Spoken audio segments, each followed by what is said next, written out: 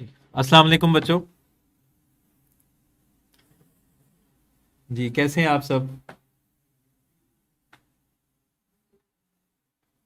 जी, उम्मीद है आप बहुत फिट फाट होंगे, खैरियत से होंगे।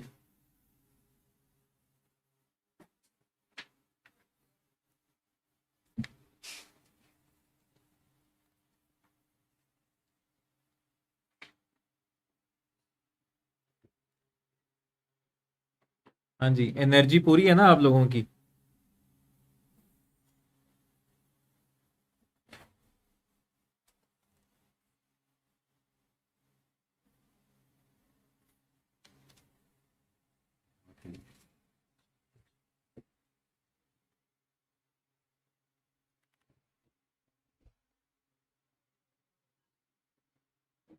अच्छा, डिकम्पोज होके आप किस में चेंज हो रहे हो? डिकम्पोजिशन प्रोडक्ट कौन सा है आपके बाद? जो प्रोडक्ट बन रहा है वो क्या चीज़ है?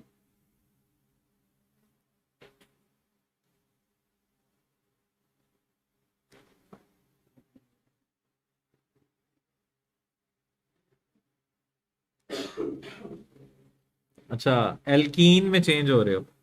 तो इसका मतलब आप तो रिएक्टिव हो रहे हो। एल्कीन में तो पाई बॉन्ड है। पाई बॉन्ड जो है वो आसानी से ब्रेक होके एनर्जी दे देता है।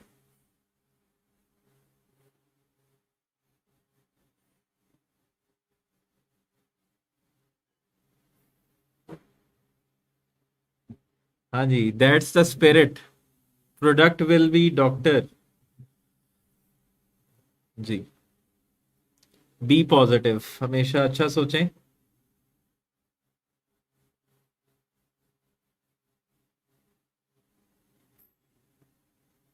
बेटा बेंजीन जो है वो तो सेचुरेटेड है। तो एसिटाइलिन ही अनसेचुरेटेड है।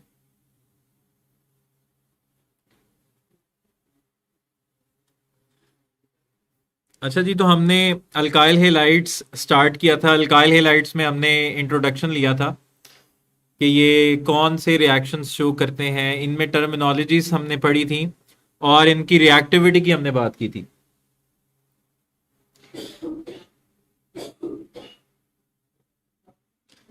अच्छा जी, अब हम स्टार्ट करेंगे इनके रिएक्शंस। तो पहले जो इनके रिएक्शंस हैं वो है न्यूक्लियोफिलिक सब्स्टिट्यूशन रिएक्शंस।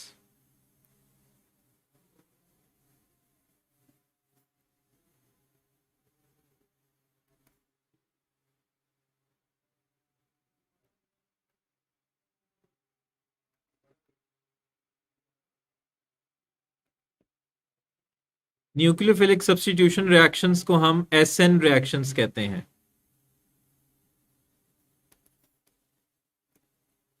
मतलब इसमें हमारा क्या होगा? ये हमारे पास अल्काइल हेलाइड है, इस पे कोई न्यूक्लियोफाइल अटैक करेगा और ये लीविंग ग्रुप निकल जाएगा। आर और एन यू का बॉन्ड बन जाएगा और हेलोजन जो है पूरा पेयर ऑफ इलेक्ट्रॉन लेके निकलेगा। तो ये होगा न्यूक्लियोफिलिक सब्स्टिट्यूशन, यानी कि एक तो सब्स्टिट्यूशन हो रही है, यानी कि हेलोजन निकलेगा और उसकी जगह एक न्यूक्लियोफाइल जो है वो आ जाएगा। तो चूंकि न्यूक्लियोफाइल अटैक कर रहा है इसलिए ये न्यूक्लियोफिलिक सब्स्टिट्यूशन रिएक्शन है। अच्छा बेटा, 1 मिनट, इधर अजान हो रही है।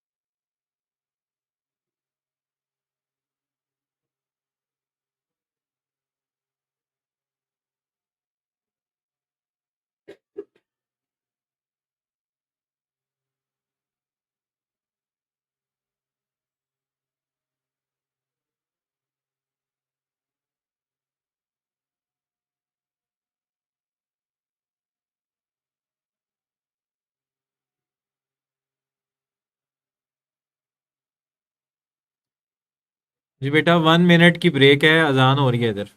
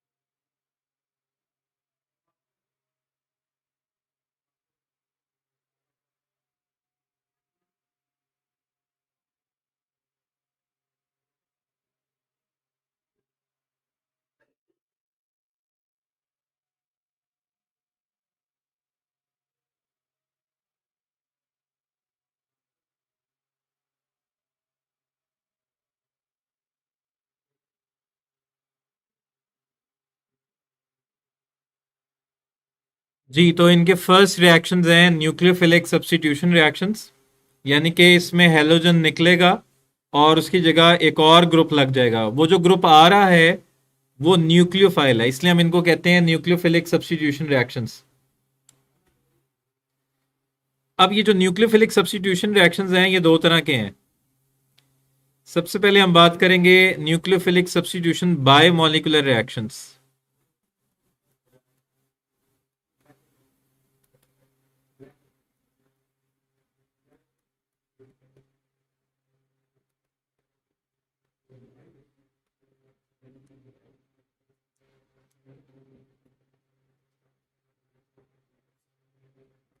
तो इनको हम कहते हैं SN2 reactions, nucleophilic substitution by molecular reactions. अब इसमें हम एक ले रहे हैं primary alkyl halide. Primary alkyl halide ही क्यों ले रहे हैं इसका हम जिक्र करेंगे बाद में। तो ये है हमारे पास मीथाइल ब्रोमाइड, इस पे हम अटैक करवा रहे हैं एक न्यूक्लियोफाइल का। OH negative is nucleophile. तो न्यूक्लियोफाइल किस पे अटैक करेगा? इलेक्ट्रोफिलिक कार्बन पे। कार्बन की इलेक्ट्रोनेगेटिविटी कम है और हेलोजन की ज्यादा है, तो हेलोजन जो है वो ज्यादा इलेक्ट्रोनेगेटिव है, उस पर पार्शियल नेगेटिव है और कार्बन पे पार्शियल पॉजिटिव है। तो न्यूक्लियोफाइल अटैक करेगा इलेक्ट्रोफिलिक कार्बन पे। तो यहां पर हमारे पास एक इंटरमीडिएट स्टेट आएगी। इस इंटरमीडिएट स्टेट में क्या होगा? कार्बन जो है वो sp2 हाइब्रिडाइजेशन में आ जाएगा। यहां पर कार्बन किस हाइब्रिडाइजेशन में है? sp3 में। तो ये एक हमारे पास एक ट्रांजिशन स्टेट आएगी। इस ट्रांजिशन स्टेट में कार्बन आ जाएगा sp2 हाइब्रिडाइजेशन में। तो इसमें होगा क्या? कार्बन और हेलोजन का बॉन्ड ब्रेक होने लग जाएगा और न्यूक्लियोफाइल और कार्बन का बॉन्ड बनना शुरू हो जाएगा। यानी कि न्यूक्लियोफाइल अटैक करेगा और लिविंग ग्रुप लीव करेगा एक ही वक्त में। तो न्यूक्लियोफाइल और कार्बन का बॉन्ड बनना शुरू हो गया है और कार्बन और लिविंग ग्रुप का बॉन्ड ब्रेक होना शुरू हो गया है। और अल्टीमेट एक फाइनल स्टेज आ जाएगी कि जब कार्बन और न्यूक्लियोफाइल का बॉन्ड फॉर्म हो जाएगा और लिविंग ग्रुप जो है वो पूरा पेयर ऑफ इलेक्ट्रॉन लेके निकल जाएगा। तो ये हमारे पास जो है ना, ये हमारा प्रोडक्ट आ गया। तो यहां पर न्यूक्लियोफिलिक सब्स्टिट्यूशन हो गई। अब चूंकि ये रिएक्शन सिंगल स्टेप में हो रहा है, बस हमारे पास एक इंटरमीडिएट स्टेट आई है दरमियान में, वो बहुत शॉर्ट लिव्ड। ये हमारे पास एक इंटरमीडिएट स्टेट आई है, लेकिन ये रिएक्शन जो है ये सिंगल स्टेप में हो रहा है और यही हमारा रेट डिटर्मिनिंग स्टेप है। तो रेट डिटर्मिनिंग स्टेप में हमारे पास कितने मॉलिक्यूल्स इन्वॉल्व हैं? यहां पर रेट डिटर्मिनिंग स्टेप में हमारे पास कितने मॉलिक्यूल्स इन्वॉल्व हैं? एक इसमें हमारा न्यूक्लियोफाइल है और दूसरा इसमें हमारा अल्काइल हेलाइड है। तो चूंकि इसके रेट डिटर्मिनिंग स्टेप में दो मॉलिक्यूल्स इन्वॉल्व हैं, इसलिए हम इनको SN2 रिएक्शंस कह रहे हैं। तो अगर हम इनके रिएक्शन काइनेटिक्स की बात करें तो इसका मतलब है इनका जो रेट है वो डिपेंड कर रहा है किस पर, अल्काइल हेलाइड मॉलिक्यूल पे भी और न्यूक्लियोफाइल पे भी। इसीलिए ये SN2 रिएक्शंस हैं। और अगर हम इनके ऑर्डर की बात करें, अल्काइल हेलाइड की भी कंसंट्रेशन 1 है, न्यूक्लियोफाइल की भी कंसंट्रेशन 1 है, तो ये सेकंड ऑर्डर काइनेटिक्स को फॉलो करेंगे। इनका ऑर्डर क्या होगा? सेकंड सेकंड ऑर्डर काइनेटिक्स को फॉलो करेंगे। अच्छा, अब यहां पर एक बात बहुत इंपॉर्टेंट है कि ये जो न्यूक्लियोफाइल है ये अटैक कर रहा है और लिविंग ग्रुप लीव कर रहा है एक ही वक्त में। तो चूंकि ये दोनों काम साइमल्टेनियसली हो रहे हैं, तो इसलिए न्यूक्लियोफाइल हमेशा लिविंग ग्रुप की ऑपोजिट साइड से अटैक करेगा। न्यूक्लियोफाइल कभी भी लिविंग ग्रुप की साइड से अटैक नहीं कर सकता। न्यूक्लियोफाइल हमेशा लिविंग ग्रुप की ऑपोजिट साइड से अटैक करेगा। तो फिर क्या होगा? तो इस केस में हमारे पास जो मॉलिक्यूल है वो इन्वर्ट हो जाएगा। मतलब पहले हैलोजन जो है वो राइट साइड पे लगा हुआ था और सारे हाइड्रोजन लेफ्ट साइड पर थे। अब क्या हुआ? जब OH लग गया, न्यूक्लियोफाइल लग गया, तो सारे हाइड्रोजन जो है राइट साइड पर हो गए, दूसरी तरफ हो गए, और न्यूक्लियोफाइल इस तरफ आ गया। तो अब मॉलिक्यूल इन्वर्ट हो गया। तो इसको हम कहते हैं इन्वर्जन ऑफ कॉन्फ़िगरेशन। तो इसमें हमेशा 100% इन्वर्जन ऑफ कॉन्फ़िगरेशन होगी। क्यों हमेशा 100% इन्वर्जन ऑफ कॉन्फ़िगरेशन क्यों होगी? क्योंकि न्यूक्लियोफाइल अटैक कर रहा है और लिविंग ग्रुप लीव कर रहा है एक ही वक्त में। तो न्यूक्लियोफाइल हमेशा उसकी ऑपोजिट साइड से अटैक कर सकता है, कभी भी उसकी साइड से अटैक नहीं करेगा। और अगर एक और बात इंपॉर्टेंट है, अगर आप ये न्यूक्लियोफिलिक सब्स्टिट्यूशन रिएक्शन करवाना चाह रहे हैं तो फिर अटैकिंग न्यूक्लियोफाइल को हमेशा स्ट्रांग होना चाहिए। अगर न्यूक्लियोफाइल स्ट्रांग होगा लिविंग ग्रुप से तो ही वो अटैक कर सकता है, तो ही वो उसको सब्स्टिट्यूट कर सकता है। तो न्यूक्लियोफिलिक सब्स्टिट्यूशन के लिए बहुत जरूरी है कि अटैकिंग न्यूक्लियोफाइल जो हो वो स्ट्रांग हो। ठीक है, हेलोजन से ज्यादा स्ट्रांग न्यूक्लियोफाइल हो वो। तो ये हमारे पास थे जी SN2 रिएक्शंस। अब SN2 रिएक्शंस जो हैं इनको कौन फॉलो करता है? प्राइमरी अल्काइल हेलाइड्स जो हैं वो SN2 मैकेनिज्म फॉलो करते हैं।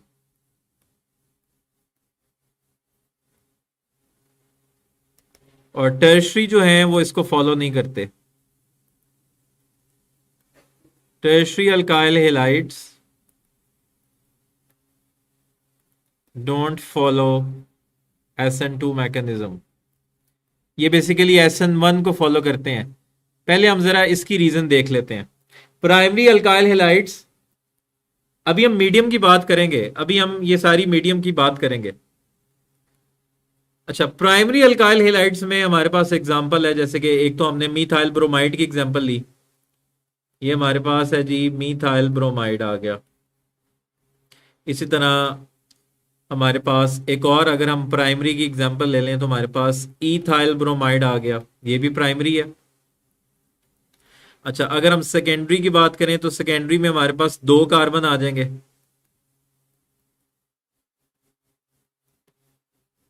और टर्शरी में हमारे पास 3 कार्बन आ जाएंगे।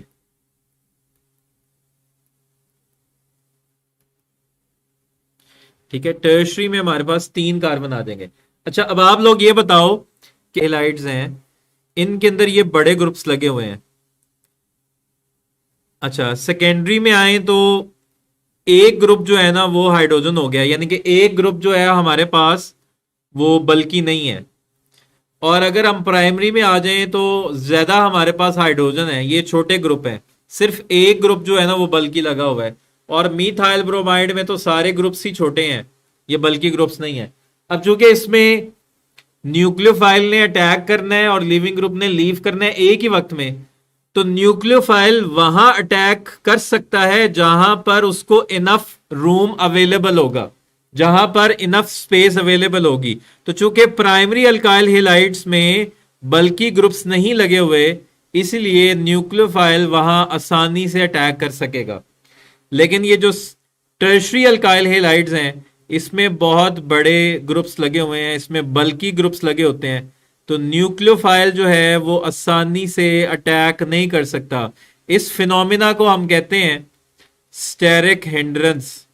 यहां पर स्टेरिक हिंड्रेंस होगी, बल्की ग्रुप्स की वजह से स्टेरिक हिंड्रेंस होगी।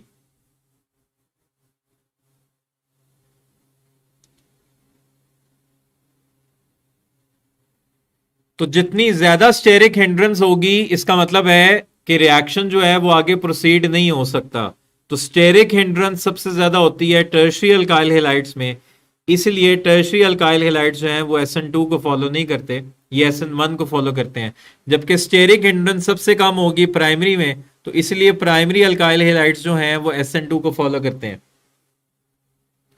अभी हम बात करेंगे सेकेंडरी जो है वो दोनों ही फॉलो करते हैं, SN2 भी SN1 भी। क्योंकि यहां पर सेकेंडरी में हमें नजर आ रहा है, सेकेंडरी में कम से कम एक ग्रुप तो छोटा लगा हुआ है ना, सेकेंडरी में कम से कम एक हाइड्रोजन लाजमी लगा होगा। इतनी आसानी से ये SN2 नहीं शो करेगा, लेकिन ये फिर भी SN2 शो कर सकता है। ठीक है, इसके लिए हमें थोड़ी कंडीशंस देनी पड़ेंगी, स्ट्रॉन्ग कंडीशंस देनी पड़ेंगी। सेकेंडरी जो है वो दोनों में फॉल करता है, सेकेंडरी SN2 भी फॉलो कर लेगा, SN1 भी फॉलो करता है। अच्छा जी, अब हम बात करते हैं न्यूक्लियोफिलिक सब्स्टिट्यूशन बायोमोलिकुलर रिएक्शंस की। जी, अभी हम बात करेंगे ये सारी कंडीशंस की, हम बात करेंगे कि कब सब्स्टिट्यूशन होगी, कब एलिमिनेशन होगी, इसके फैक्टर्स अभी हमने पढ़ने हैं। अब है जी हमारे पास न्यूक्लियोफिलिक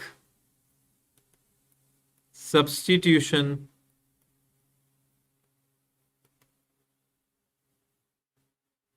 जब बल्कि ग्रुप्स लगे होंगे, तो बड़े ग्रुप्स जब लगे होंगे तो स्पेस कम हो जाएगी ना, वो ज्यादा जगह घेरेंगे, तो आने वाले न्यूक्लियोफाइल के लिए कार्बन तक पहुंचना मुश्किल हो जाएगा, तो फिर वो अटैक नहीं कर सकेंगे। तो दैट्स वाई इसको हम कहते हैं कि ये स्टेरिक हिंड्रेंस होती है, मतलब बड़े ग्रुप्स जो हैं अलाउ नहीं करेंगे कि वो कार्बन तक पहुंच जाए।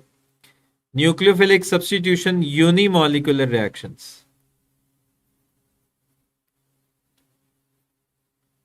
और इनको हम कहते हैं SN1 रिएक्शंस।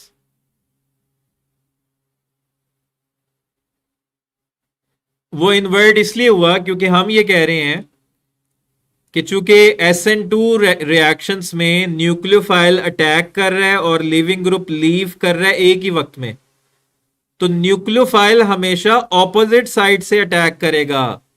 न्यूक्लियोफाइल कभी भी लिविंग ग्रुप वाली साइड से अटैक नहीं कर सकता।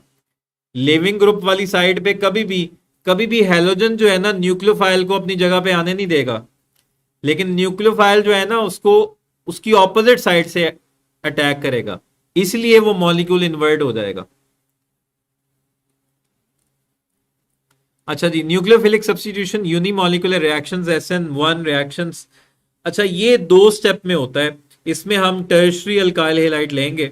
हमारे पास है जी टर्शरी ब्यूटाइल ब्रोमाइड,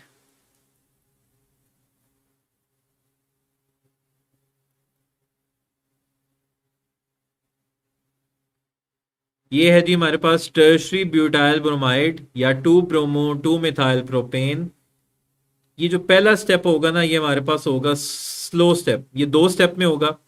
पहला स्टेप है जी ये स्लो स्टेप है। तो पहले स्टेप में क्या होगा, ये जो हमारा लिविंग ग्रुप है ये पूरा हेट्रोलिटिक फिशन होगी, ये पूरा पेयर ऑफ इलेक्ट्रॉन लेके निकल जाएगा। तो ये जो हैलोजन होगा ये पूरा पेयर ऑफ इलेक्ट्रॉन लेके निकल जाएगा, और चूंकि कार्बन का एक इलेक्ट्रॉन कम हो गया, चूंकि यहां पर हेट्रोलिटिक फिशन हुई है, तो यहां कार्बन पे आ जाएगा पॉजिटिव चार्ज, और अगेन कार्बन यहां sp2 हाइब्रिडाइजेशन में आ जाएगा। तो ये कार्बन पे आ जाएगा पॉजिटिव चार्ज, और ये एक प्लेनर स्ट्रक्चर बन जाएगा। चूंकि यहां पर कार्बन पे पॉजिटिव चार्ज आ गया, इसलिए हम इसको कहते हैं कार्बोकैटाइन। तो यहां पर कार्बोकैटाइन बनेगा, क्योंकि यहां पर हेट्रोलिटिक फिशन हुई है, हेलोजन पूरा पेयर ऑफ इलेक्ट्रॉन लेके निकल गया। तो कार्बन जो है अगेन यहां sp2 हाइब्रिडाइजेशन में आ गया, प्लेनर स्ट्रक्चर में आ गया। अब दूसरे स्टेप में न्यूक्लियोफाइल अटैक करेगा। दूसरे स्टेप में न्यूक्लियोफाइल अटैक करेगा। तो ये हमारे पास कार्बोकैटाइन है, ये टर्शरी का कार्बोकैटाइन है, दिस वन। अब चूंकि लिविंग ग्रुप तो निकल गया है, अब न्यूक्लियोफाइल के पास दोनों चांसेस हैं कि वो दोनों साइड से अटैक कर सकता है, क्योंकि अब लिविंग ग्रुप तो है नहीं। SN2 में तो लिविंग ग्रुप मौजूद था, न्यूक्लियोफाइल अटैक कर रहा था और लिविंग ग्रुप लीव कर रहा था एक ही वक्त में। लेकिन यहां पर ऐसा नहीं है, यहां पर तो लिविंग ग्रुप निकल चुका है। तो अब न्यूक्लियोफाइल के पास दोनों तरफ से रूम अवेलेबल है, न्यूक्लियोफाइल अब दोनों तरफ से अटैक कर सकता है। तो दैट्स वाई अगर ये न्यूक्लियोफाइल इस तरफ से अटैक कर रहा है तो OH इस तरफ लग जाएगा,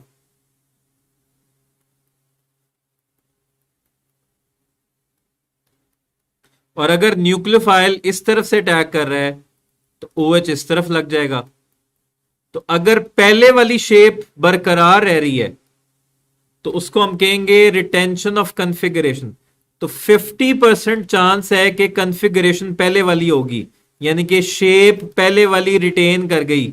तो 50% चांस है कि रिटेंशन ऑफ कॉन्फ़िगरेशन होगी, यानी कि पहले वाली ही शेप है, और 50% चांस है कि वो इन्वर्ट हो गई। 50% चांस है कि इन्वर्जन हो जाएगी, इन्वर्जन ऑफ कॉन्फ़िगरेशन। अब चूंकि इसमें दोनों के चांसेस इक्वल हैं, 50% चांस है कि वो इन्वर्जन ऑफ कॉन्फ़िगरेशन होगी, 50% चांस है कि रिटेंशन ऑफ कॉन्फ़िगरेशन है। अब चूंकि उस मिक्सचर में ये दोनों मौजूद होंगे, 50-50%, उस मिक्सचर में ये दोनों मौजूद होंगे, लिहाजा इस मिक्सचर को हम कहेंगे रेसेमिक्स मिक्सचर, रेसेमिक मिक्सचर।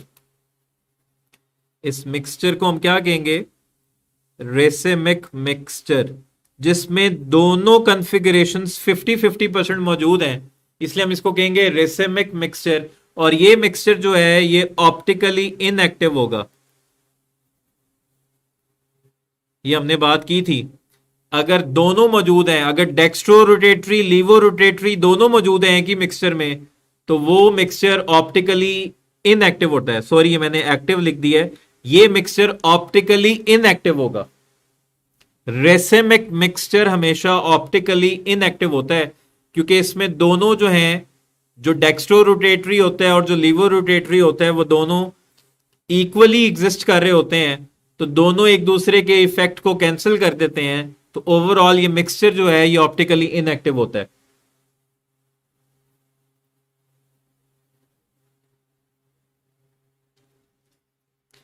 अच्छा जी, अब लेकिन अभी हम कार्बोकैटायन की स्टेबिलिटी की बात करते हैं।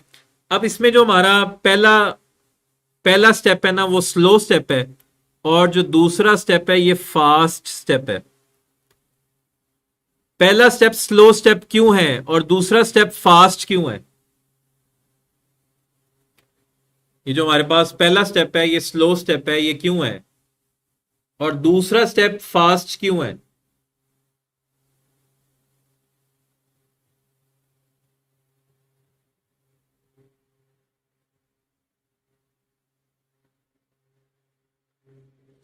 जी बच्चों, पहला स्टेप स्लो क्यों है और दूसरा स्टेप फास्ट क्यों है? जी, चूंकि पहले स्टेप में बॉन्ड ब्रेक हो रहा है, और बॉन्ड ब्रेकेज जो है उसमें हमेशा टाइम लगता है, bond breakage is always slow. और दूसरे में पॉजिटिव और नेगेटिव में फोर्स ऑफ अट्रैक्शन डेवलप होनी है, दूसरे में बॉन्ड बन रहा है, तो वो हमेशा फास्ट होता है। तो जो हमारा स्लो स्टेप है वो रेट डिटर्मिनिंग स्टेप है। तो ये जो हमारा स्लो स्टेप है ये रेट डिटर्मिनिंग स्टेप है, और इसके रेट डिटर्मिनिंग स्टेप में कितने मॉलिक्यूल्स इन्वॉल्व हैं? सिर्फ एक मॉलिक्यूल इन्वॉल्व है, इसीलिए ये SN1 रिएक्शंस हैं, क्योंकि इनका रेट, इनके काइनेटिक्स जो है, इनका रेट सिर्फ अल्काइल हेलाइड पे डिपेंड कर रहा है। इनका रेट डिपेंड कर रहा है सिर्फ अल्काइल हेलाइड की कंसंट्रेशन पे। तो ये कौन सा ऑर्डर फॉलो कर रहे हैं? ये फर्स्ट ऑर्डर काइनेटिक्स को फॉलो करेंगे, इनका ऑर्डर होगा फर्स्ट। अच्छा जी, टर्शरी अल्काइल हेलाइड्स जो हैं वो फॉलो करते हैं SN1 मैकेनिज्म को,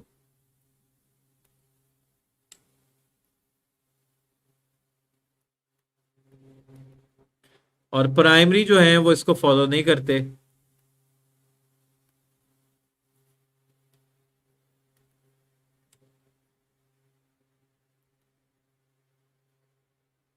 और हमने बात की कि जो सेकेंडरी हैं वो दोनों को फॉलो करते हैं, सेकेंडरी SN2 भी फॉलो करते हैं और SN1 भी।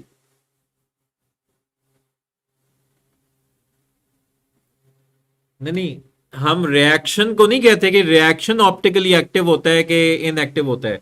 हम उस मिक्सचर की बात कर रहे हैं, हम उस कंपाउंड की बात कर रहे हैं। ये SN1 रिएक्शंस के नतीजे में हमारे पास ये जो मिक्सचर बना था ये ऑप्टिकली इनएक्टिव था। हम उस कंपाउंड की बात करेंगे, जो हमारे पास कंपाउंड बन रहा है वो ऑप्टिकली एक्टिव है या नहीं है। हम रिएक्शन को ये नहीं कहेंगे कि वो ऑप्टिकली एक्टिव है कि नहीं है।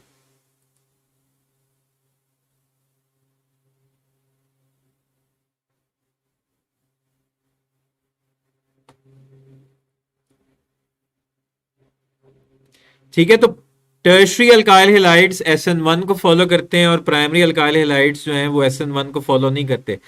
और प्राइमरी जो है वो फॉलो करते हैं SN2 को। अब वो प्राइमरी SN2 को क्यों फॉलो करते हैं? क्योंकि उनमें स्टेरिक हिंड्रेंस कम होती है। टर्शरी जो है वो SN2 को फॉलो क्यों नहीं करते? क्योंकि उनमें स्टेरिक हिंड्रेंस ज्यादा होती है। अब क्वेश्चन ये राइज होता है कि टर्शरी अल्काइल हेलाइड्स SN1 क्यों फॉलो करते हैं। अब SN1 में क्या काम हो रहा है? SN1 में मेन क्या काम हो रहा है कि SN1 के अंदर पहले स्टेप में हमेशा कार्बोकैटाइन बनेगा। SN1 रिएक्शंस में हमेशा पहले स्टेप में लिविंग ग्रुप निकल जाएगा और हमेशा कार्बोकैटाइन बनेगा। अगर हम प्राइमरी की बात करें, ये हमारे पास प्राइमरी का कार्बोकैटाइन है CH3CH2+, ये हमारे पास प्राइमरी कार्बोकैटाइन है।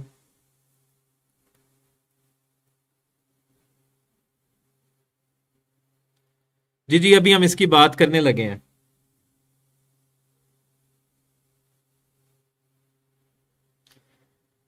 प्राइमरी एल्काइल हेलाइड्स का ये प्राइमरी कार्बोकैटाइन है और ये हमारे पास सेकेंडरी कार्बोकैटाइन है।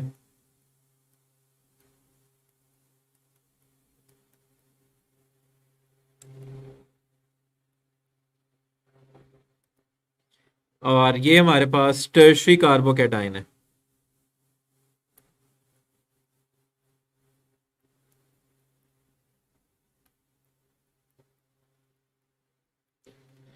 SN1 रिएक्शन में कार्बोकैटाइन लाजिम बनेगा।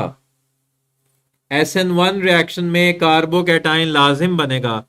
सपोज अगर हम प्राइमरी अल्काइल हेलाइड लेंगे तो प्राइमरी कार्बोकैटाइन बनेगा, अगर हम सेकेंडरी अल्काइल हेलाइड लेंगे तो सेकेंडरी कार्बोकैटाइन बनेगा, और अगर हम टर्शरी लेंगे तो हमारे पास टर्शरी कार्बोकैटाइन बनेगा। अच्छा, इसको समझने से पहले, ये हमने पहले भी डिस्कस किया, मैंने आपको ये एग्जांपल दी थी उसमें भी, ऑर्थो पैरा डायरेक्टिंग ग्रुप में। ये हमारे पास कार्बन और क्लोरीन में कौन ज्यादा इलेक्ट्रोनेगेटिव है? क्लोरीन। तो क्लोरीन पेयर ऑफ इलेक्ट्रॉन को अपनी तरफ अट्रैक्ट करेगा, जिसकी वजह से उस पर पार्शियल नेगेटिव चार्ज आएगा, और कार्बन के ऊपर पार्शियल पॉजिटिव चार्ज आएगा। तो ये इलेक्ट्रोनेगेटिविटी डिफरेंस की वजह से, इलेक्ट्रोनेगेटिविटी डिफरेंस की वजह से इलेक्ट्रॉन का पेयर ज्यादा इलेक्ट्रोनेगेटिव एलिमेंट की तरफ चला जाता है। इसको हम कहते हैं इंडक्टिव इफेक्ट। इस इफेक्ट को हम क्या कहते हैं? Inductive effect.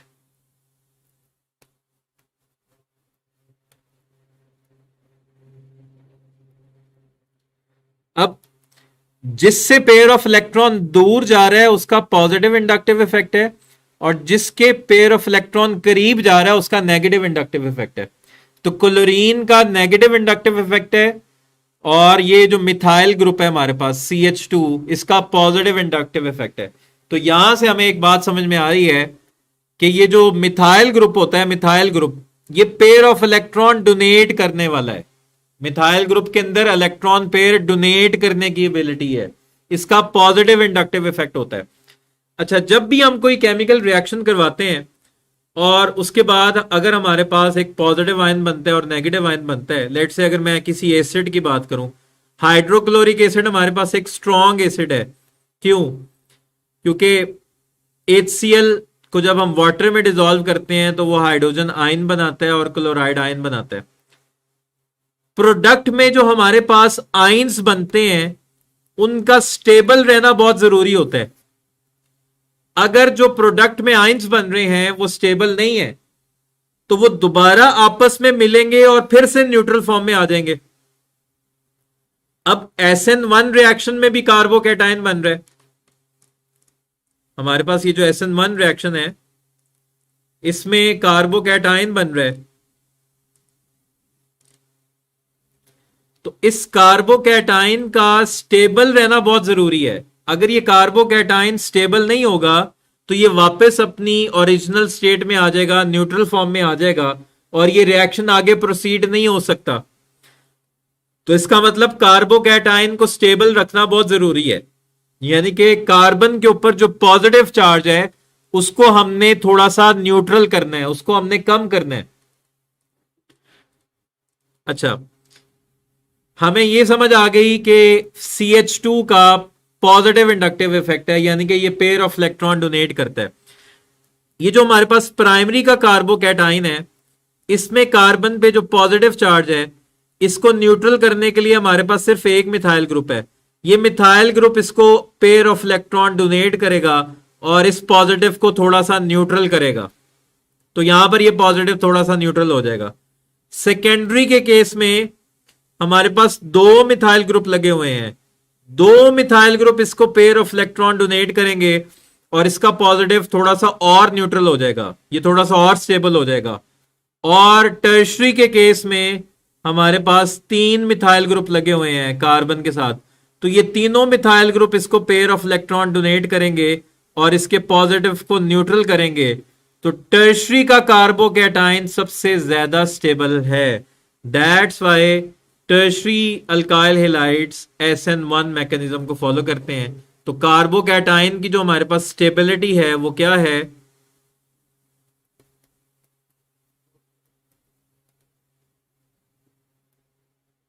तो सबसे ज्यादा स्टेबल है टर्शरी कार्बोकैटायन, उससे कम है सेकेंडरी कार्बोकैटायन, उससे कम है प्राइमरी कार्बोकैटायन और उससे कम है जो मिथाइल का कार्बोकैटायन है, उससे भी कम होगा मिथाइल का कार्बोकैटायन।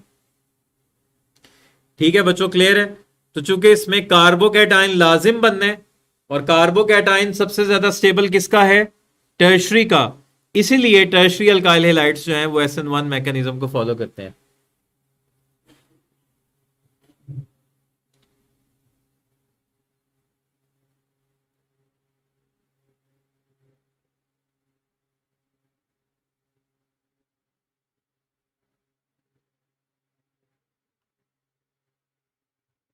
जी बच्चों, अब 10 मिनट्स की ब्रेक है।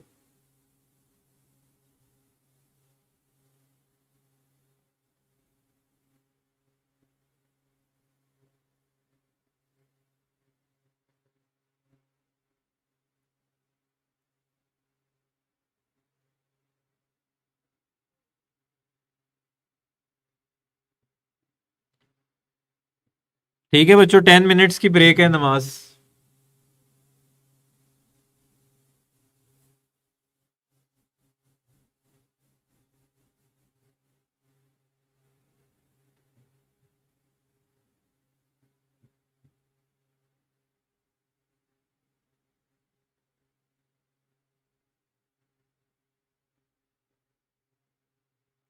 ये मैंने आपको बताया है कि अगर हम प्राइमरी का कार्बोकैटायन बनाएं तो वो स्टेबल नहीं होगा, इसलिए तो वो SN1 को फॉलो नहीं करता, वो SN2 को फॉलो करेगा।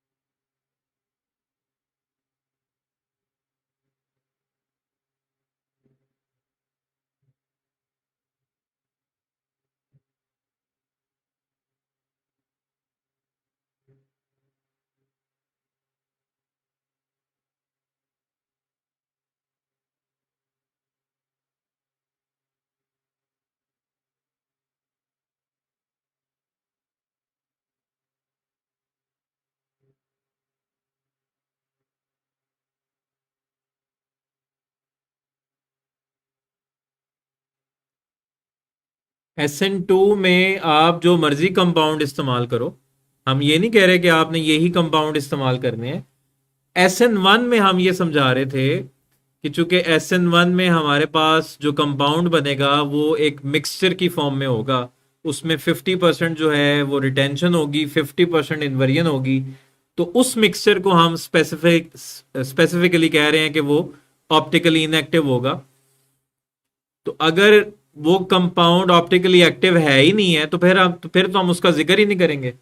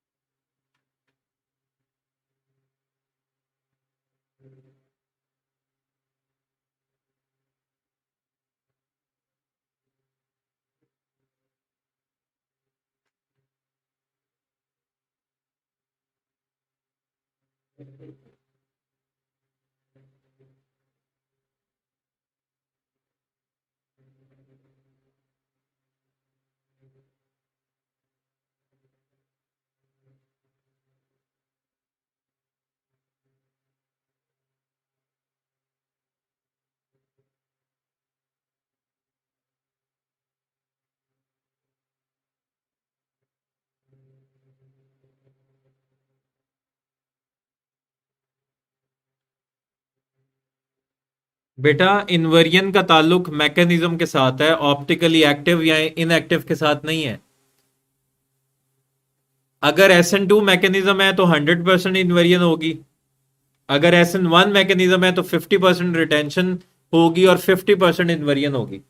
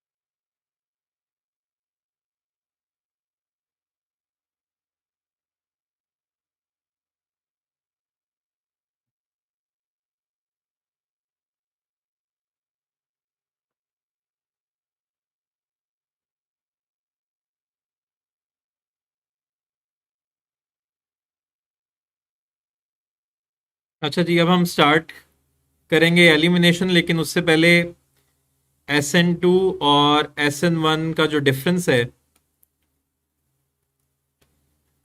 मेन डिफरेंसेस तो आपको पता चल गए हैं कि ये सिंगल स्टेप में होता है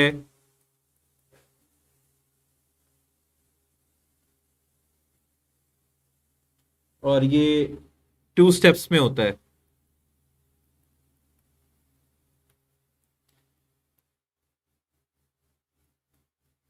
इसके अंदर 2 मॉलिक्यूल्स इन्वॉल्व होते हैं। रेट डिटर्मिनिंग स्टेप में 2 मॉलिक्यूल इन्वॉल्व हैं,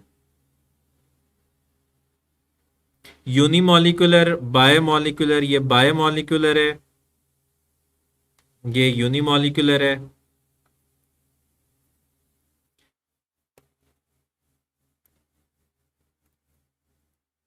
फिर इसमें सेकंड ऑर्डर काइनेटिक्स है, ये फर्स्ट ऑर्डर काइनेटिक्स है। इसमें हमेशा जो है 100% इनवर्जन होगी, इसमें 50% इन्वर्जन है और 50% जो है रिटेंशन है।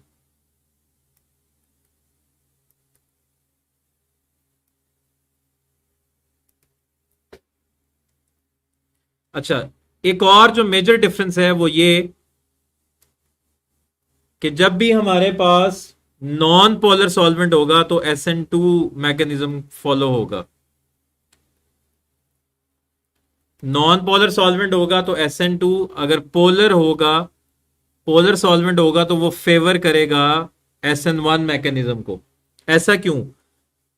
अगर पोलर सॉल्वेंट है यानी कि वाटर की बात हो रही है, अगर पोलर सॉल्वेंट है यानी कि वाटर है तो फिर SN1 मैकेनिज्म जो है फॉलो होगा। अगर नॉन पोलर है तो SN2। क्योंकि जब वाटर होता है, जब पोलर सॉल्वेंट होता है तो उसमें आयोनाइज होने के चांसेस ज्यादा होते हैं। क्योंकि SN1 रिएक्शन में सबसे पहले एक कार्बोकैटाइन बनना होता है और लिविंग ग्रुप ने निकलना होता है। जो डिसोसिएशन है ना, वो पोलर सॉल्वेंट में आसानी से हो जाती है।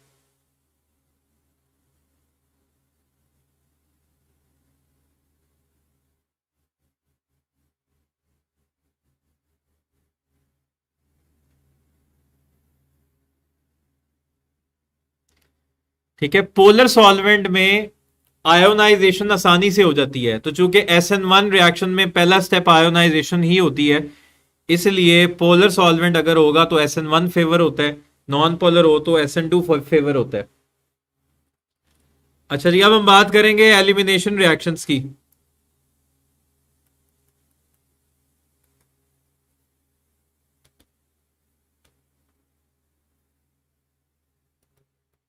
एलिमिनेशन का मतलब होता है पूरा मॉलिक्यूल निकाल देना।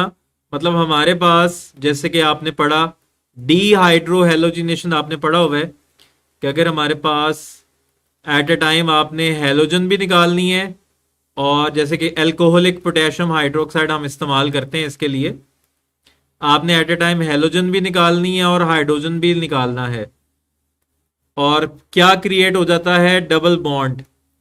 तो इस तरह पूरा मॉलिक्यूल एलिमिनेट होगा और डबल बॉन्ड क्रिएट होगा।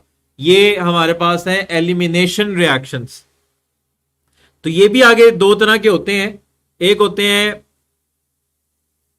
Biomolecular reactions, elimination biomolecular reactions यानी कि E2 रिएक्शंस, और एक होते हैं E1 रिएक्शंस। अच्छा जी, E2 रिएक्शंस और E1 रिएक्शंस, इसमें उसी तरह हम फॉलो करेंगे कि जो E2 हैं इसको प्राइमरी अल्काइल हैलाइड्स फॉलो करेंगे। E2 को कौन फॉलो करेगा? प्राइमरी। और E1 को कौन फॉलो करेगा? टर्शरी। तो E2 रिएक्शंस में क्या होगा? ये हमारे पास एक प्राइमरी अल्काइल हैलाइड है, CH3 CH2Br। ये हमारे पास एक प्राइमरी अल्काइल हैलाइड है। अच्छा, इसमें बीटा कार्बन का होना बहुत जरूरी है। ये जिसके साथ फंक्शनल ग्रुप अटैच्ड है ये अल्फा कार्बन है, अल्फा के साथ वाली कार्बन है बीटा कार्बन है, और बीटा कार्बन के साथ जो हाइड्रोजन लगे हुए हैं वो हमारे पास बीटा हाइड्रोजन है। तो चूंकि इसमें हमने एलिमिनेशन करनी है तो अल्फा कार्बन से निकलेगा हेलोजन और बीटा कार्बन से निकलेगा हाइड्रोजन, इसीलिए इनको बीटा एलिमिनेशन रिएक्शंस भी कहते हैं। तो इसमें बीटा कार्बन का होना बहुत जरूरी है, क्योंकि हमने एलिमिनेशन करनी है और डबल बॉन्ड क्रिएट करना है। अब E2 रिएक्शंस में क्या होगा, यहां पर हमारे पास न्यूक्लियोफाइल अटैक कर रहा है और लिविंग ग्रुप लीव कर रहा है एक ही वक्त में। उसी तरह जिस तरह आपने SN2 रिएक्शंस में पढ़ा कि न्यूक्लियोफाइल अटैक करेगा और लिविंग ग्रुप लीव करेगा एक ही वक्त में, यहां पर भी ऐसा ही होगा।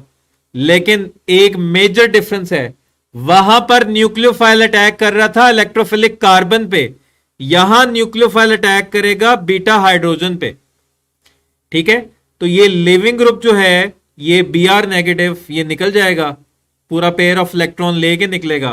तो यहां पर कार्बन का एक इलेक्ट्रॉन कम हो गया, यहां पर हेट्रोलिटिक फिशन होगी और यहां से OH नेगेटिव ये हाइड्रोजन आयन ले लेगा, तो यहां से हेट्रोलिटिक फिशन होगी। तो ये पूरा पेयर ऑफ इलेक्ट्रॉन इधर शिफ्ट होके ये कार्बन कार्बन के दरमियान डबल बॉन्ड क्रिएट हो जाएगा और इस तरह ये एलिमिनेशन होगी और एल्कीन बन जाएगी। तो Br नेगेटिव निकल गया, साथ वाटर बन गया। तो E2 रिएक्शन में क्या हो रहा है, न्यूक्लियोफाइल अटैक कर रहा है, लिविंग ग्रुप लीव कर रहा है एक ही वक्त में, लेकिन यहां न्यूक्लियोफाइल अटैक कर रहा है बीटा हाइड्रोजन पे, जबकि SN2 में वो अटैक कर रहा था इलेक्ट्रोफिलिक कार्बन पे। तो ये एक मेजर डिफरेंस है। अब चूंकि ये भी सिंगल स्टेप में हो रहा है, E2 रिएक्शन जो है ये सिंगल स्टेप रिएक्शन है, एक ही स्टेप में हो रहा है और यही इसका रेट डिटर्मिनिंग स्टेप है। और इसके रेट डिटर्मिनिंग स्टेप में कितने मॉलिक्यूल्स इन्वॉल्व हैं, 2 मॉलिक्यूल्स इन्वॉल्व हैं, इसीलिए हम इनको E2 रिएक्शंस कह रहे हैं और इनका रेट डिपेंड कर रहा है अल्काइल हेलाइड पे और न्यूक्लियोफाइल पे। तो ये भी सेकंड ऑर्डर काइनेटिक्स को फॉलो करेंगे।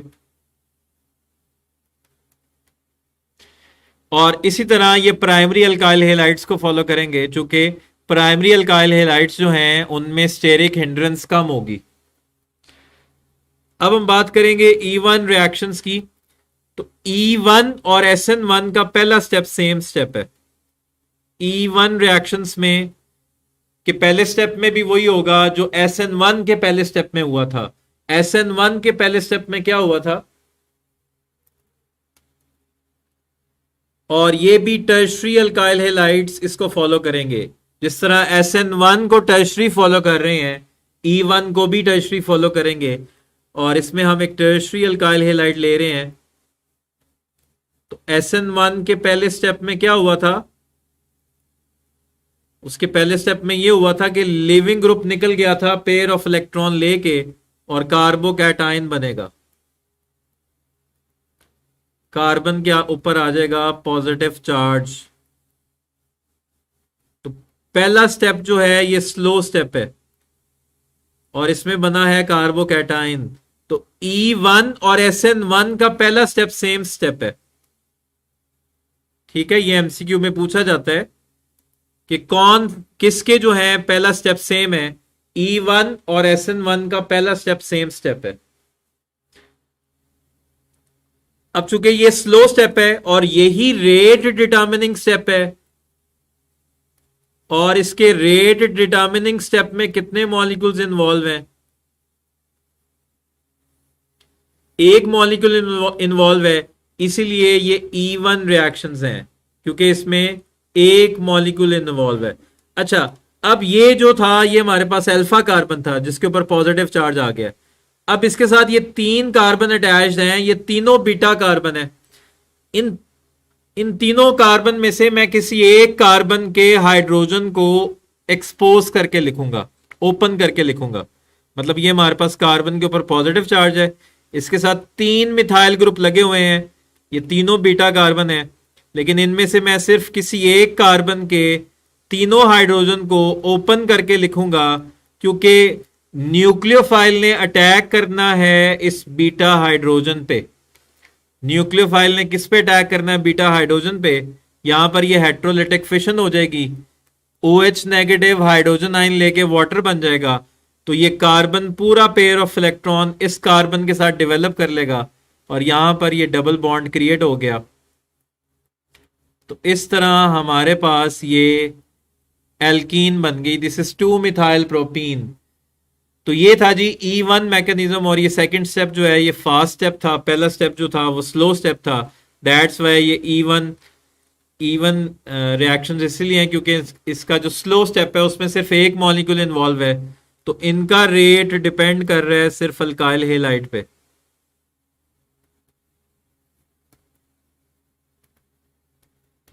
और ये फर्स्ट ऑर्डर काइनेटिक्स को फॉलो करेंगे। ठीक है, तो ये था जी E2 और E1। उसी तरह प्राइमरी अल्काइल हेलाइड्स E2 को फॉलो करेंगे और टर्शियरी अल्काइल हेलाइड्स E1 को फॉलो करेंगे, और सेकेंडरी अल्काइल हेलाइड्स दोनों को फॉलो करेंगे।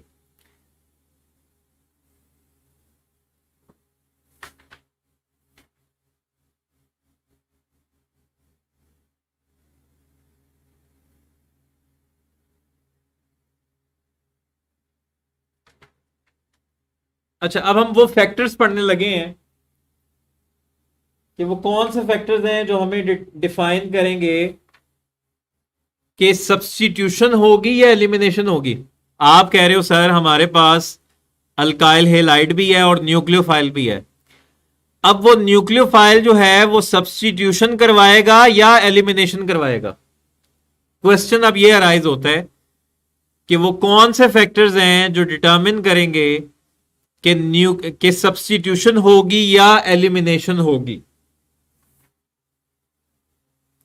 तो अब हम मुकाबला पढ़ने लगे हैं, कंपटीशन है अब दोनों के दरमियान, substitution versus elimination.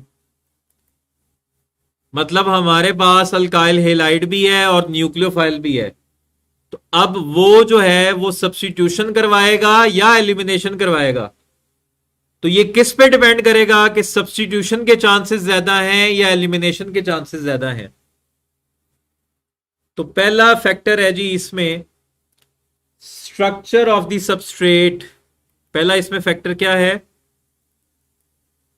Structure of substrate.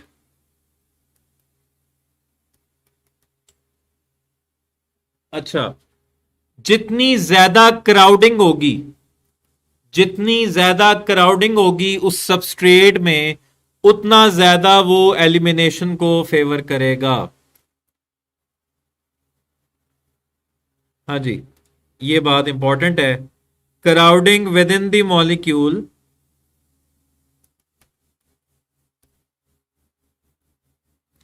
यानी कि टर्शरी में क्राउडिंग ज्यादा होती है, टर्शरी में बड़े ग्रुप्स लगे होते हैं। Crowding with in the molecule favours elimination reaction.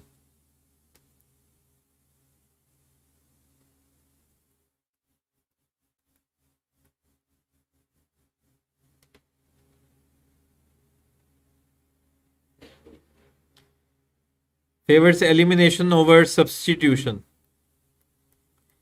यानी कि अगर टर्शरी अल्काइल हेलाइड है ना, तो उसमें चूंकि क्राउडिंग ज्यादा है, तो उसमें न्यूक्लियोफाइल आसानी से जो है वो कार्बन पे अटैक नहीं कर सकता, तो उस केस में एलिमिनेशन को प्रेफर किया जाएगा। एलिमिनेशन जो है ना वो फेवर होगी। तो टर्शरी अल्काइल हेलाइड्स में क्राउडिंग ज्यादा है, तो जब भी आप टर्शरी अल्काइल हेलाइड्स का रिएक्शन करवाओगे तो उसमें एलिमिनेशन के चांसेस ज्यादा होंगे, सब्स्टिट्यूशन के कम होंगे। और अगर क्राउडिंग कम होगी, इसको वाइस वर्सा कर लो, अगर क्राउडिंग कम होगी तो सब्स्टिट्यूशन को ज्यादा फेवर किया जाएगा, एलिमिनेशन को कम फेवर किया जाएगा। मतलब अगर मैं आपको एग्जांपल दूं, अगर हमारे पास प्राइमरी अल्काइल हेलाइड है CH3CH2X, CH3CH2X, इसके ऊपर मैं कोई भी जो है वो न्यूक्लियोफाइल अटैक करना चाह रहा हूं, कोई भी, लेट से मैं इस पे OH नेगेटिव अटैक करना चाह रहा हूं, तो चूंकि इसमें क्राउडिंग कम है तो इसमें सब्स्टिट्यूशन के चांसेस ज्यादा हैं। क्योंकि इसमें क्राउडिंग कम है, तो इसमें सब्स्टिट्यूशन के चांसेस कितने परसेंट है? सब्स्टिट्यूशन के चांसेस है 88%। और अगर इसकी एलिमिनेशन करवाएं तो एलिमिनेशन में डबल बॉन्ड क्रिएट होगा, तो एलिमिनेशन के चांसेस हैं सिर्फ 12%। ठीक है। और अगर हमारे पास क्राउडिंग वाला मॉलिक्यूल है, जैसे कि अगर हमारे पास टर्शियरी अल्काइल हैलाइड है, तो इसमें अगर हम न्यूक्लियोफाइल को अटैक करवाएं तो इसमें एलिमिनेशन के चांसेस ज्यादा होंगे। तो इसमें जो एलिमिनेशन हो रही है CH2 डबल बॉन्ड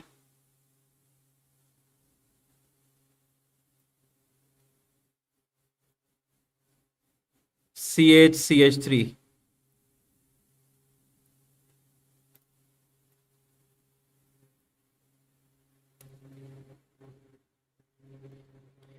इसमें एलिमिनेशन के चांसेस ज्यादा हैं। कितने परसेंट है? एलिमिनेशन 61% है। और सब्स्टिट्यूशन के कितने हो जाएंगे? 61 में से 100 में से 61 माइनस कर दो, तो 39% चांस है कि सब्स्टिट्यूशन होगी और एलिमिनेशन के चांसेस हैं 61%। अच्छा जी, दूसरा फैक्टर है हमारे पास नेचर ऑफ द बेस।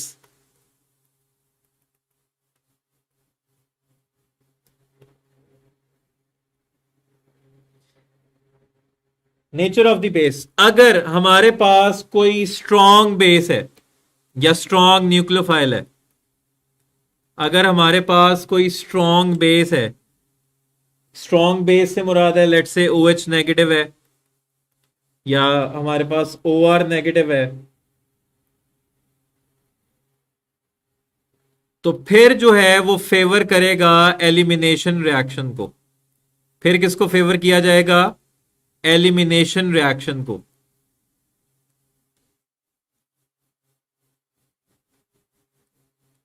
और अगर हमारे पास वीक बेस होगी, यानी कि न्यूक्लियोफाइल हमारे पास वीक होगा,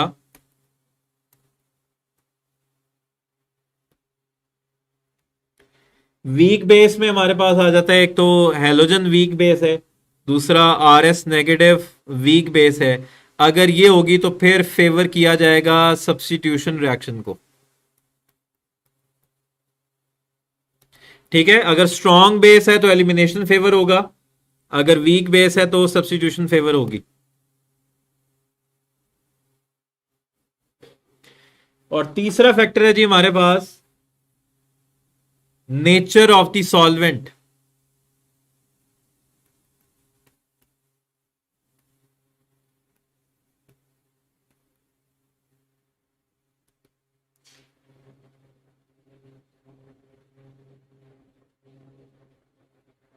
हाँ जी, जितनी सॉल्वेंट की पोलैरिटी कम होगी, जितनी सॉल्वेंट की पोलैरिटी कम होगी, सॉल्वेंट विथ लेस पोलैरिटी, जितनी पोलैरिटी कम होगी उतना फेवर किया जाएगा एलिमिनेशन रिएक्शन को। और सॉल्वेंट की पोलैरिटी जितना होगी ज्यादा होगी, जितनी पोलैरिटी ज्यादा होती जाएगी उतना फेवर होगा सब्स्टिट्यूशन रिएक्शन। अच्छा, यहां पर मैं अब आपको एक एग्जांपल देता हूं जो आप लोगों ने पढ़ी हुई है। मतलब जब भी आपने डीहाइड्रोहेलोजिनेशन करवानी हो, एट ए टाइम आपने हेलोजन भी रिमूव करना है और हाइड्रोजन भी रिमूव करके आपने एलिमिनेशन करवा के डबल बॉन्ड क्रिएट करवाना है। ऐसा ही है, जब भी आपने डीहाइड्रोहेलोजिनेशन लेनी है, करनी है, यानी कि आपने एलिमिनेशन करनी है, तो आप कौन सा सॉल्वेंट इस्तेमाल करते हो? एल्कोहलिक पोटेशियम हाइड्रोक्साइड इस्तेमाल करते हो। तो एल्कोहलिक जो है इसकी पोलैरिटी वाटर से कम है, एल्कोहलिक की पोलैरिटी वाटर से कम है, दैट्स वाई ये एलिमिनेशन करवाता है। लेकिन अगर आपने सब्स्टिट्यूशन करवानी है, आपके पास अगर इथाइल ब्रोमाइड है और आपने इसमें सब्स्टिट्यूशन करवानी है, तो अब जो आप पोटेशियम हाइड्रोक्साइड लोगे वो एक्वस पोटेशियम हाइड्रोक्साइड होगा, तो एक्वस क्या करेगा, एक्वस हैलोजन निकाल के OH लगा देगा, तो अब सब्स्टिट्यूशन होगी। पोलैरिटी ज्यादा तो सब्स्टिट्यूशन फेवर होगी, पोलैरिटी कम तो एलिमिनेशन फेवर होगी।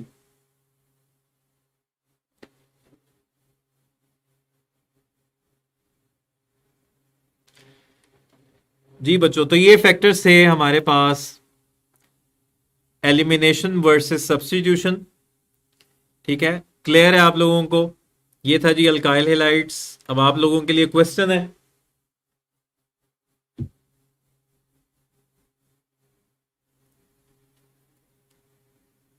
Primary RX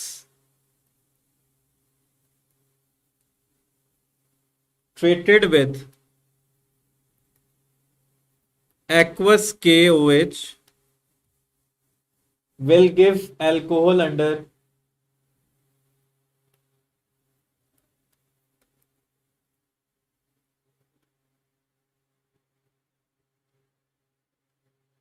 dash mechanism।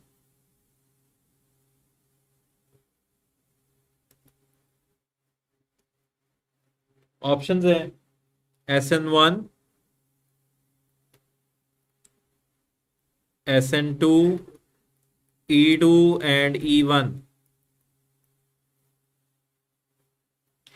Primary RX treated with aqueous KOH will give alcohols under dash mechanism।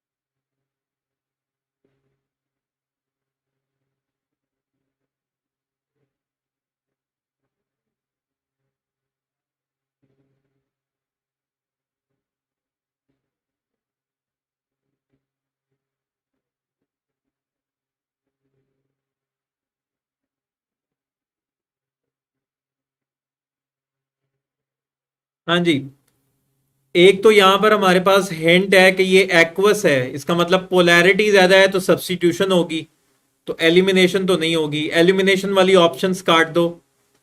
Aqueous है तो पोलैरिटी ज्यादा है, इसका मतलब सब्स्टिट्यूशन को फेवर किया जाएगा, एलिमिनेशन नहीं होगी। अच्छा, या तो ये SN1 होगी या SN2 होगी। अब वो यहां पर एक और हिंट दे रहा है कि ये प्राइमरी है, तो प्राइमरी है तो वो किसको फॉलो करेगा, SN2 को। So the right answer is beta. Next question है, RX on reaction with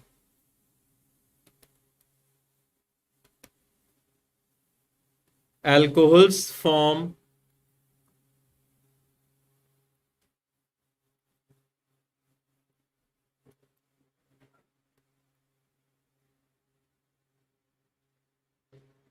ROH, ROR, RXOH, RH।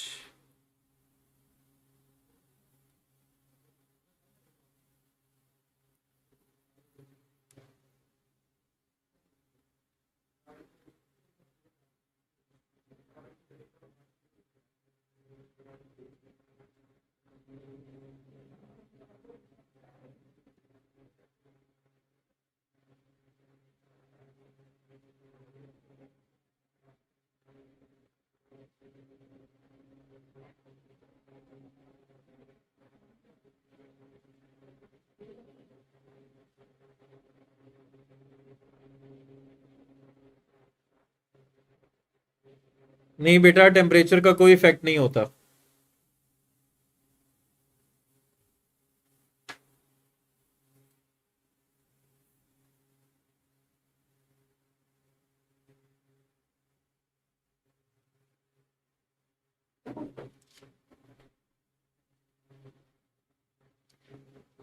हाँ जी बच्चों, ये एमसीक्यू जो है पास्ट पेपर का, ये एमसीक्यू है 2020 का। और ये आपने याद रखना है। अभी हम इसकी बात भी कर लेते हैं। जब भी अल्काइल हेलाइड्स और अल्कोहल्स आपस में मिलते हैं तो हमेशा ईथर बनता है। लेट से अगर हमारे पास मीथाइल ब्रोमाइड है, इसके ऊपर कोई अल्कोहल अटैक कर रही है C2H5OH, तो यहां पर अब इस कार्बन पे कौन अटैक करेगा? इस कार्बन पे अटैक करेगा ये एथो ऑक्साइडाइन। यहां पर न्यूक्लियोफाइल है हमारा एथो ऑक्साइडाइन, एल्को ऑक्साइडाइन हमारा न्यूक्लियोफाइल है, और एच मिल जाएगा Br के साथ। तो ये CH3OC2H5 बनेगा, ईथर बनेगा। Right answer is beta. ये बात आपने याद रखनी है। अल्काइल हेलाइड्स जब भी अल्कोहल्स के साथ मिलेंगे ईथर बनेगा, और न्यूक्लियोफाइल इसमें कौन होगा? एथो ऑक्साइडाइन, एथो ऑक्साइडाइन या एल्को ऑक्साइडाइन, RO नेगेटिव। ये हमने बात की है कि ये स्ट्रॉन्ग बेस है। RO नेगेटिव एक स्ट्रॉन्ग बेस है।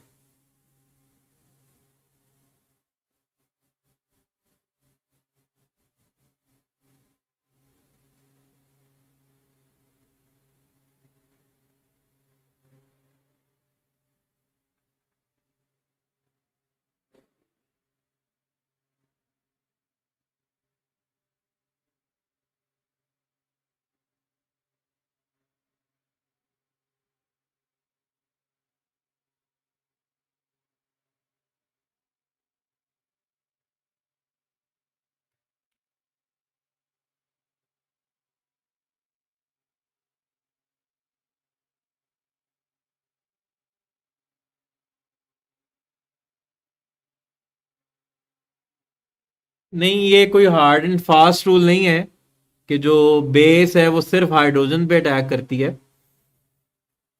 ये कोई हार्ड एंड फास्ट रूल नहीं है।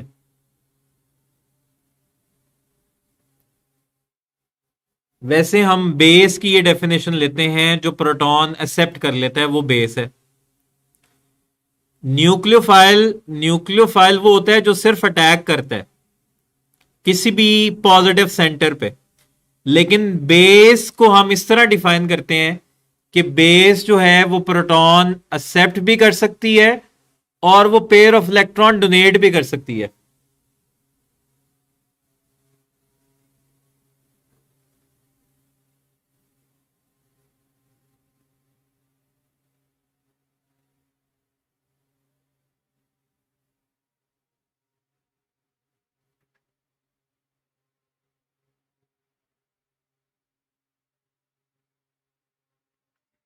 ठीक है बच्चों, ये था जी अल्काइल हेलाइड्स।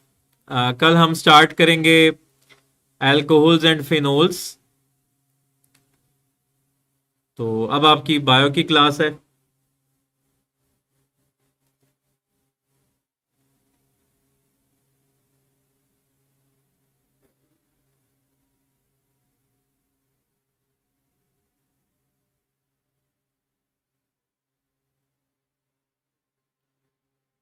हाइपर कॉन्जुगेशन जो है ना वो इंडक्टिव इफेक्ट से के जैसा ही होता है। हाइपर कॉन्जुगेशन हम इंडक्टिव इफेक्ट को ही कहते हैं।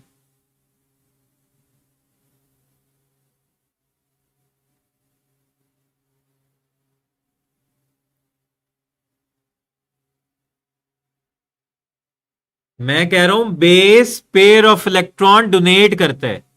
Base pair of electron donate करता है। बेस प्रोटॉन एक्सेप्ट कर सकता है।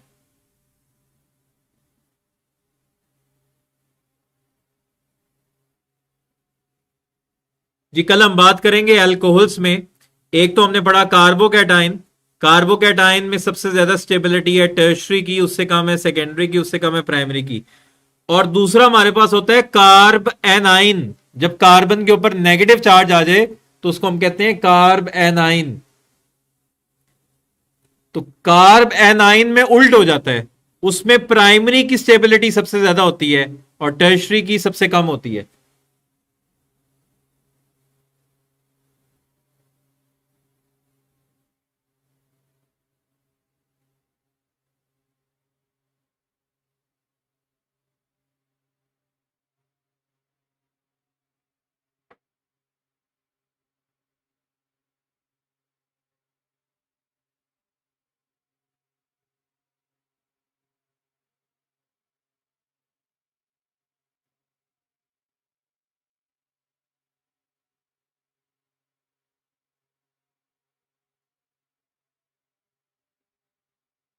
ठीक है बच्चों, तो आज के लिए इतना ही।